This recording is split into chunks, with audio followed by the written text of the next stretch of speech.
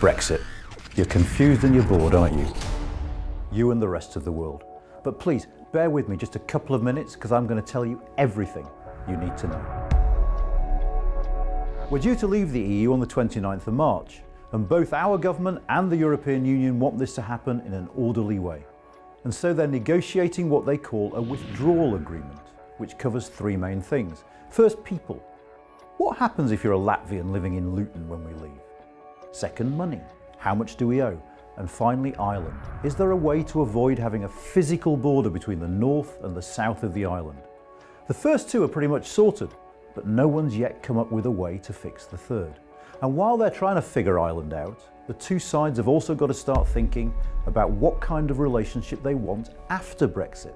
And both sides have got to sign off whatever's agreed. And then, as if that wasn't enough, both the withdrawal agreement and a statement on the future relationship have to be approved by our own British Parliament.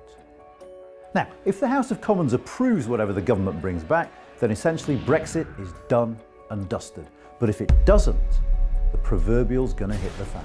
The Prime Minister might well find herself looking for a new job, leaving a vacancy at number 10. Now, her successor might resume talks with the European Union, or might decide simply to walk away without an agreement.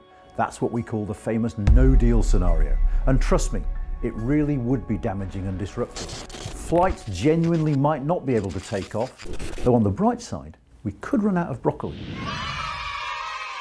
Now, Parliament might conclude that this is one for the British people to decide, via either a referendum on the deal itself, or conceivably another general election. Brenda from Bristol's going to be dead chuffed. You're joking. Not another one? It's really hard to know for sure what's going to happen because not only is the deal not done, but the government hasn't got a majority in Parliament, and both Conservative and Labour parties are deeply divided over Brexit. We have a crisis in government. This is really exciting if you're a politics nerd like me, but it's also confusing as hell. And of course, once Parliament approves the deal, the EU also has to sign it off, and this too is going to take time. Weeks at best, conceivably months. And before you get all excited, even that's not the end of the story. In fact, it's where the real story is going to begin. The discussion of our future relationship with the EU. That's 18 months minimum of negotiations to look forward to. Enjoy.